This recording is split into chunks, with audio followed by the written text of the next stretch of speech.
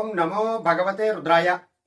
April 16, 2025 మనకి బుధవారం సంకష్టహర చతుర్దశి. సాధారణంగా బుధవారం సంకష్టహర చతుర్దశి అనేటటువంటిది పడటం అనేటటువంటిది చాలా అరుదుగా ఉంటుంది. మనకి ఏప్రిల్ 16, 2025 సంకష్టహర చతుర్దశి రోజు మనం ఎటువంటి పరిహారాలు ఆచరించాలి, మనం గణపతిని ఏ విధంగా పూజించాలి అనేటటువంటి విషయాలన్నీ కూడా మీకు ఇక్కడ తెలియజేస్తాను.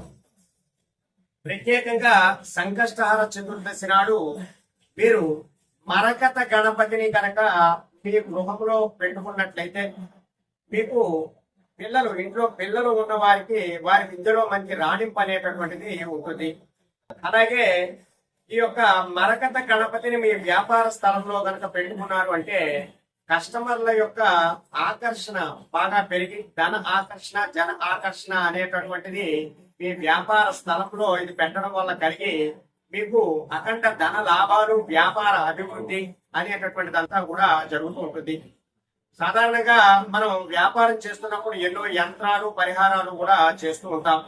అటువంటి సందర్భాలలో ఈ యొక్క అవకాశం మనకి ఈ సమయంలో ఉన్నది కాబట్టి ఏప్రిల్ 16, 2025 సంకష్టహర చతుర్దశి నాడు ఈ యొక్క మరకత గణపతిని గనక మన వ్యాపార స్థలంలో ఉంచిన మంచి ఫలితాలు అనేటటువంటివి ఉంటాయి.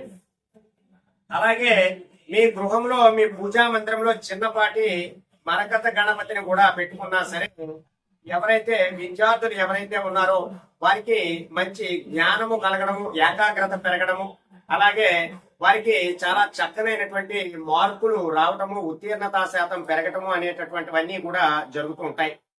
ఇంకా ఈ యొక్క ఏప్రిల్ 16, 2025 సంకష్టహర చతుర్దశి నాడు మనకి బుధవారం నాడు వచ్చింది కాబట్టి ప్రదోషకాల సమయంలో అంటే సాయంకాల సమయంలో మనం ప్రతి ఒక్కరూ కూడా అవకాశం ఉన్నవారు దగ్గరలో ఉన్నటువంటి గణపతి దేవాలయమునకు వెళ్ళి మీరు లక్ష్మీ గణపతి హోమాన్ని కూడా జరిపించుకున్న చాలా విశేషమైనటువంటి ఫలితాలు ఉంటాయి.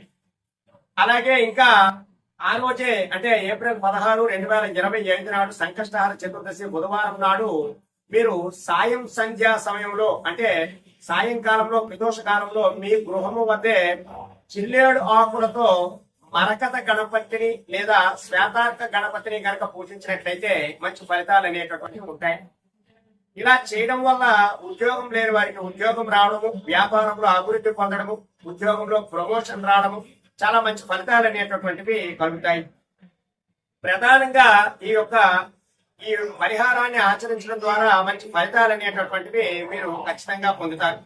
అయితే 21 జిల్లేడు ఆకులతో గణపతిని ఎలా పూజించాలి అంటే మీరు చక్కగా ఒక పీటను తీసుకుని ఆ పీట పైన కుంకుమ, పసుపు, అలాగే ముగ్గు పిండితో చక్కగా పీటనంతటినీ కూడా అలంకరించి ఆ పీట పైనే 21 జిల్లేడు ఆకులను ఉంచి ఆ జిల్లేడు ఆకుల మధ్యలో మీరు చక్కగా శ్వేతార్క గణపతిని గాని లేదా మరకత గణపతిని గాని ఉంచి ఆ యొక్క గణపతికి చిన్నపాటి జిల్లేడు పూలతో మాలను కూడా వేయాలి.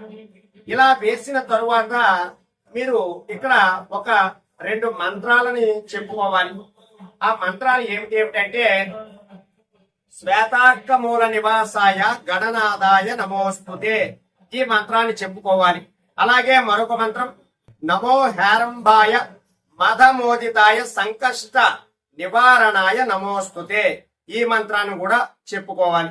లేదు ఈ 2 మంత్రాలు కూడా మేము చెప్పుకోలేము అనేటటువంటి సందర్భంలో గం క్షిప్ర ప్రసాదనాయ నమః, ఈ మంత్రమైనా సరే మీరు చెప్పుకోవడం ద్వారా మీకు మంచి ఫలితాలు అనేటటువంటివి ఉంటాయి.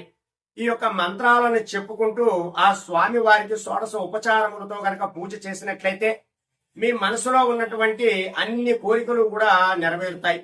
అయితే ఈ యొక్క 21 జిల్లేడు ఆకులతో ఈ విధంగా గనక పూజ చేస్తే ఆ గణపతి చాలా సంతోషించి మీకున్నటువంటి ఎటువంటి ఇబ్బందులున్నా సరే ఆ ఇబ్బందులన్నింటినీ కూడా తొలగించి మంచి మీకు ఆశీస్సులు అనేటటువంటివి ఆ గణపతి దగ్గర నుండి మీకు దొరుకుతాయి. తద్వారా మీరు చేస్తున్నటువంటి అనేక పనులన్నీ కూడా సక్రమంగా జరిగేటటువంటి అవకాశాలు ఉంటాయి.